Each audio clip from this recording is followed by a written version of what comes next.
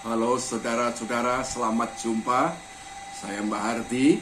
Kali ini ingin menanggapi atau memberi komentar sebuah tulisan yang dimuat di majalah hidupkatolik.com bulan Januari tahun 2021 ini, yang ditulis oleh saudara Engelbertus Victor Daki. Itu seorang mahasiswa STF Triarkara. Ya. Tulisan itu berjudul Kisah Salib Cordoba. Cinta Tuhan tak terbatas. Nah, saudara-saudara, salib ini dikenal sebagai salib pengampunan.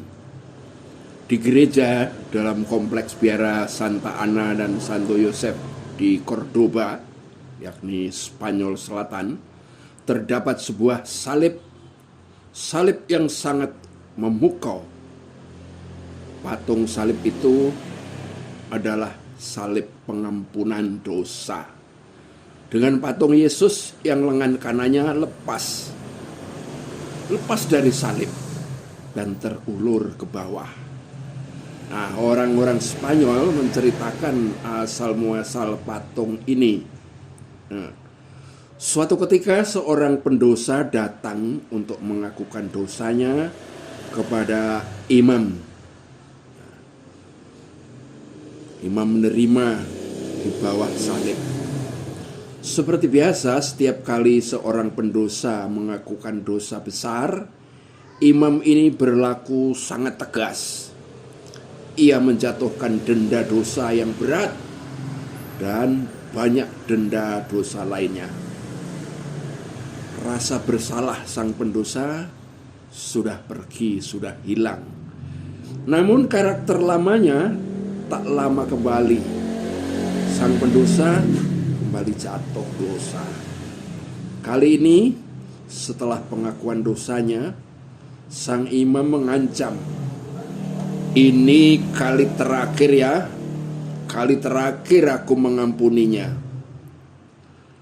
Bulan demi bulan, sang pendosa datang berlutut di bawah kaki imam itu, di bawah naungan salib tadi, dan mohon pengampunan. Namun kali ini sang imam menjawabnya, "Tolonglah, jangan mempermainkan Allah.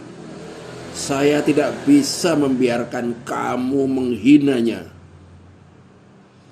Namun keanehan terjadi ketika sang imam menolak si pendosa. Ia tiba-tiba mendengar sebuah suara kerak dan bisikan dari salib.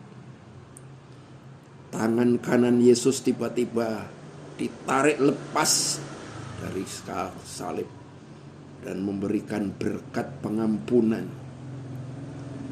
Imam mendengar suara bisikan ini, "Akulah yang menumpahkan darah untuk orang ini, bukan engkau." Sejak saat itu, lengan dan tangan kanan Yesus tetap berada dalam posisi tersebut, ngelawer, terulur, bagai tak hentinya mengundang manusia untuk memberikan pengampunan. Saudara-saudara, apa komentar saya? Dan bentuk salib seperti ini karena sudah beredar, dibuat, diproduksi di Indonesia, bahkan sudah dijual di toko online. Nah, apakah tidak ada orang yang protes mengapa salib diubah-ubah bentuknya atau patungnya? Ya, komentar saya ya, biasanya gereja Katolik itu fleksibel. Ya, sejauh itu merupakan penghayatan iman, ya kenapa dilarang? Ya, penghayatan iman seseorang atau kelompok orang, begitu. Mungkin di zaman itu, karena itu disebut salib kuno, di zaman situasi gereja di Cordoba, barangkali ada umat yang merasa bosan untuk bertobat, mengakukan dosa, lalu Yesus tangannya terulur memanggil untuk datang mengampuni. Atau barangkali petugas gereja, sang imam, yang mulai bosan mendengarkan dosa-dosa itu saja, mengeterapkan hukuman dosa yang besar, lalu diingatkan oleh Yesus. Nah, tentu sebuah bentuk atau perubahan itu karena ada sejarahnya, ada latar belakangnya. Kalau untuk zaman sekarang ini di Jawa, di Indonesia mungkin, ya kalau ada seniman atau kelompok orang yang mau membuat salib, justru patungnya yang cepol itu bukan tangannya tetapi kakinya, dan ditafsirkan, wah ini Yesus masih kepingin jalan-jalan, mau berkunjung dari kampung ke kampung, kota ke kota. Dan Yesus membisikkan, aku masih mau jalan-jalan, masih muda. Nah, karena utusanku, para pastor, sudah males kunjungan-kunjungan. Nah, bukan hanya karena terhalang COVID, karena sejak lama bertahun-tahun, berpuluh tahun yang lalu, jenis kunjungan datang kampung ke kampung mewartakan cinta kasih itu sudah langka terjadi. Ini juga pengakuan umat bersama.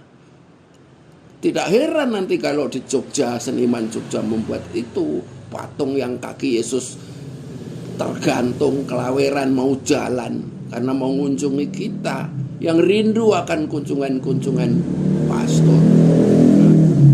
Itu latar belakangnya. Jadi apakah komentar saya ini salah? Silakan menanggapi saudara-saudara. Siapa yang tidak rindu akan kunjungan-kunjungan?